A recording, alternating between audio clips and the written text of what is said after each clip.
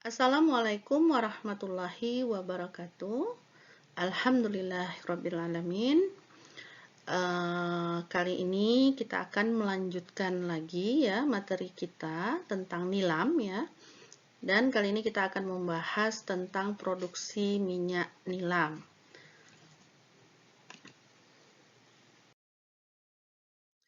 Produksi minyak nilam itu dapat dilakukan dengan beberapa tahapan ya. Ada dimulai dari pembibitan ya. Proses pembibitan ini biasanya dilakukan menggunakan polybag ya, kemudian diletakkan di dalam naungan sehingga tanaman ini dapat tumbuh dengan baik. Kemudian lanjut ke proses pemeliharaan.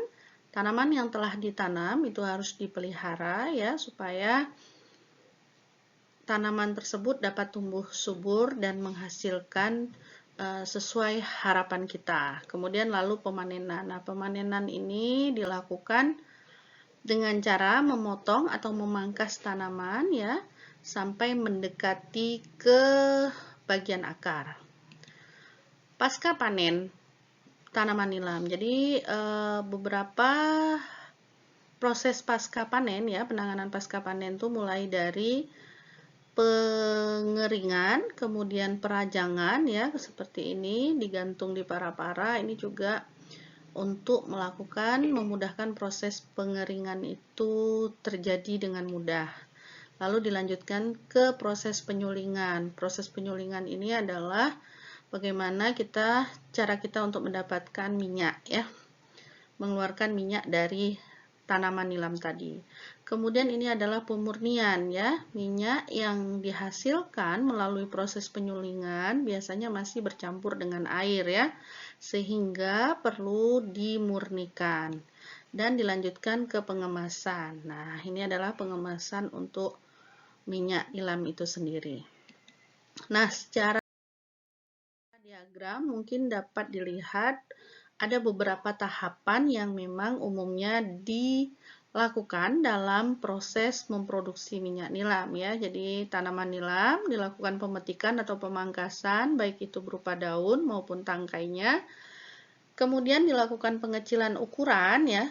Setelah panen biasanya dilakukan perajangan. Perajangan ini adalah proses pengecilan ukuran yang bertujuan untuk memperluas bidang kontak antara nilam dan uap air nantinya sehingga dia partikel-partikel minyak yang ada di dalam nilam itu sendiri dapat menguap bersama air yang dipanaskan nanti. Kemudian ada lagi pelayuan ya, pelayuan dan pengeringan ya. Proses ini juga lanjutan ya, setelah pengecilan ukuran biasa dikeringkan ya dengan cara dikering anginkan atau tadi digantung tadi itu adalah proses pelayuan.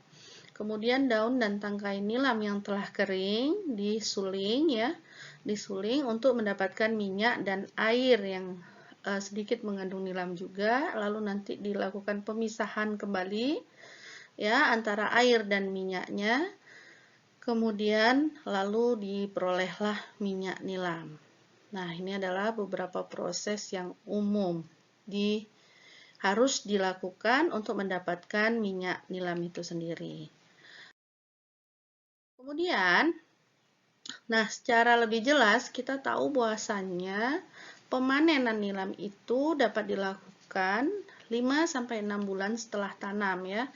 Kemudian di panen berikutnya itu dapat dilakukan pada 3-4 bulan sampai tanaman sudah tidak produktif lagi ya. Jadi tanaman nilam ini satu kali tanam itu biasanya dapat dipanen beberapa kali ya, sampai usia tanaman ini mencapai 2-3 tahun. Nah, jika tanaman dirasa sudah tidak produktif lagi, maka dilakukan peremajaan dengan penanaman kembali.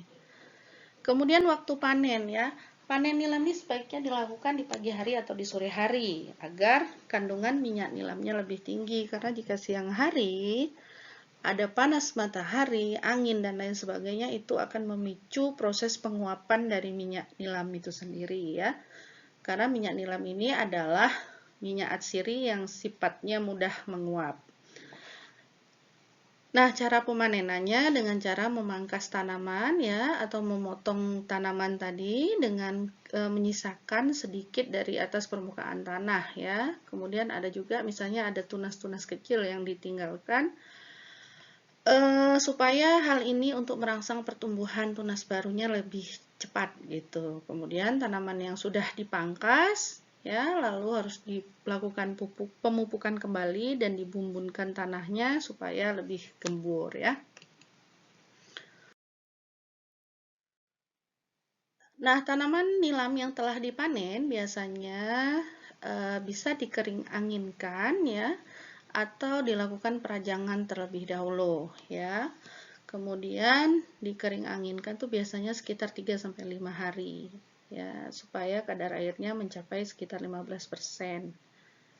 Jadi daun yang kering itu harus langsung disuling juga, jangan terlalu lama disimpan karena ini juga bisa menyebabkan produksi minyak menurun ya karena adanya penguapan. Kemudian juga harus menghindari pengeringan yang terlalu cepat ataupun terlalu lambat. Pengeringan yang terlalu cepat itu membuat daun menjadi rapuh dan sulit untuk disuling, sedangkan yang terlalu lambat ya seperti karena ada musim hujan dan lain sebagainya itu menyebabkan daun menjadi berjamur serta dapat menurunkan rendemen dan mutu minyak. Proses penyulingan minyak nilam itu membutuhkan alat suling ya. Jadi yang terdiri dari beberapa komponen. Umumnya terdiri adanya boiler, ketel, dan pendingin atau kondensor. Nah, boiler itu berfungsi sebagai tempat untuk menghasilkan uap atau steam ya dari air yang dipanaskan. Nah, uap panas yang dihasilkan ini yang nantinya akan dialirkan ke ketel ya. Ketel tadi adalah tempat di mana bahan baku nilam itu dimasak. Jadi sebaiknya ketel ini terbuat dari bahan yang stainless steel ya supaya nanti minyak yang dihasilkan menjadi lebih bersih. Nah, apabila pemakaian ketel dari bahan yang besi ya secara tradisional biasanya masih banyak yang menggunakan drum bekas. Itu akan mengakibatkan minyak nilam yang dihasilkan berwarna coklat dan mengandung besi ya. Kemudian ada lagi yang namanya kondensor atau pendingin. Nah, ini adalah tempat kondensasi uap menjadi air dan minyak. Artinya yang tadinya minyak dan air itu berada dalam fase uap didinginkan supaya dia berubah kembali ke dalam fase cair ya. Minyak nilam dapat diproduksi melalui 3 metode penyulingan ya. Jadi ada yang menggunakan cara rebus, cara uap, dan dengan cara kukus. Nah, penyulingan cara rebus ini yaitu di mana terna nilam ya yang akan disuling tadi itu kontak langsung dengan air yang mendidih ya. Jadi terna nilam dapat mengapung atau tenggelam tergantung berat jenisnya dan jumlah bahan yang akan disuling yang dimasukkan ke dalam ketel. Nah, pemanasannya dilakukan menggunakan pemanasan langsung, kemudian ada mantel uap ataupun pipa uap dalam spiral yang terbuka dan berlubang. Kemudian metode penyulingan, cara rebus ini itu dengan melakukan pengisian ketel sulingnya dengan air sampai volumenya 50% dan dipanaskan. Sebelum air mendidih, terna nilamnya dimasukkan ke dalam ketel suling sehingga penguapan air dan minyak atsiri itu dapat berlangsung secara bersamaan. Jadi ketika air mendidih, mengeluarkan uap, diharapkan minyak nilam yang ada di dalam terna nilam tadi juga akan ikut menguap. Selanjutnya adalah penyulingan dengan uap ya. Jadi atau dikenal dengan steam distillation ya. Air yang menjadi sumber panas ya, sumber uap panas itu biasanya diletakkan dalam sebuah boiler atau ketel uap gitu. Yang nanti letaknya itu juga terpisah dengan ketel penyuling. Jadi ketel uap itu berisi air panas, dipanaskan kemudian uapnya dialirkan ke dalam ketel suling yang berisi terna nilam. Kemudian nanti diharapkan partikel-partikel minyak pada bahan akan terbawa bersama uap dan dialirkan ke dalam ruang pendingin sehingga uap air yang bercampur dengan minyak akan mengembun dan mencair kembali, dan selanjutnya dialirkan ke dalam tabung pemisah supaya terpisah antara minyak dan airnya. Nah, proses penyulingan uap inilah yang banyak dilakukan pada industri-industri besar ya. Jadi proses ini juga alat penyuling ini juga harus lebih kokoh daripada penyuling yang lain ya, karena supaya benar-benar uap panas yang dihasilkan itu alatnya tadi dapat menahan uap panas yang dihasilkan yang dipanaskan secara terus-menerus. Kemudian ada lagi penyulingan dengan cara kukus. Nah, penyulingan cara kukus ini biasanya ini dilakukan dalam industri kecil atau cara yang sederhana ya. Jadi cara penyulingannya itu seperti kita mengukus ya. Jadi terna nilam yang akan disuling itu diletakkan di atas sarangan berlubang ya, di bawahnya air ya. Kemudian setelah airnya nanti mendidih diharapkan uap air yang menguap itu juga akan menguapkan senyawa-senyawa ya atau komponen minyak yang ada di dalam bahan tadi ya, di dalam minyak nilam seperti pacoli alkoholnya juga diharapkan akan menguap ya, minyak atsirinya akan menguap. Nah, biasanya dalam proses ini pemanasan air itu ketika sudah 50% dia baru dimasukkan bahannya supaya diharapkan nanti ketika air menguap bahan juga sudah siap untuk menguapkan komponen-komponen yang ada di dalam bahan tersebut. Nah, ini adalah komponen atau rangkaian dari alat penyulingan minyak nilam ya. Jadi seperti gambar yang di atas ini ya ada rangkaian komponen untuk nilam, penyulingan minyak nilam maksudnya. Jadi ini yang nomor 1 ini adalah ketel, ini adalah ketel air ya, jadi tempat menampung air, air yang akan dipanaskan. Jadi yang bagian 2-nya ini adalah pengeluaran airnya, ini tempat pemasukan, ini pipa saluran uap air, kemudian ini sebagai tungku pemanasnya ya. Jadi ketel air ini nanti yang akan dipanaskan secara terus-menerus sehingga nanti ada uap air yang dihasilkan yang nanti akan mengalir ke dalam ketel bahan ya. Ketel bahan ini disinilah tempat daun nilam itu, terna nilam itu dimasukkan. Jadi ini ada ketel, kemudian ini ada penguncinya, tempat memasukkan bahan ya. Dari sini kemudian dikunci supaya tidak ini, dan ini adalah aliran uap dari terna nilam dan air tadi. Nah, ini sampai di sini ini ada ruang kondensor ya. Ini di sini berisi air. Air ini terdiri dari pipa-pipa yang bentuknya seperti spiral ya, yang fungsinya untuk merubah ya fase uap ke dalam fase cair kembali ya. Jadi tadi kan uap air dan uap minyak yang dihasilkan dari proses pemanasan tadi diharapkan di sini di dalam ruang kondensor ini dapat berubah fasenya menjadi fase cair sehingga nanti dialirkan ke sini dan menghasilkan ini adalah sebagai alat pemisahnya ya. Ini nanti bahan yang keluar di sini adalah berupa minyak dan air. Nah, biasanya ya nanti akan terjadi pemisahan secara alami, mereka terpisah karena berat jenisnya berbeda ya. Jadi ada minyak dan air, tentunya minyaknya di atas, airnya di bawah ya. Jadi ini nanti terjadi pemisahan secara alami, walaupun tidak sempurna nanti ininya akan diproses kembali ya supaya lebih sempurna. Nah, sementara yang ini adalah, kalau ini yang atas tadi adalah sistemnya adalah untuk ketel uap ya. Yang sebelah kanan ini adalah ketelnya, ketel kukus ya. Jadi pada dasarnya komponennya sama, hanya saja susunannya yang sedikit berbeda ya. Jadi proses pengerjaannya tetap membutuhkan perubahan dari fase uap ke fase cair kembali ya.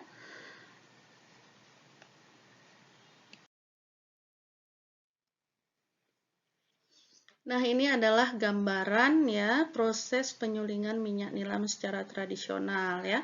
Jadi umumnya nilam yang telah dipanen, dikering anginkan, lalu dilakukan proses perajangan, dan setelah itu maka disiapkan proses penyulingan. Nah, ini adalah beberapa komponen alat penyuling. Ini ada yang menggunakan bak penampungan ya, seperti ini untuk kondensornya, kemudian ada yang juga yang diletakkan di dalam drum. Ini seperti ini juga merupakan kondensor ya.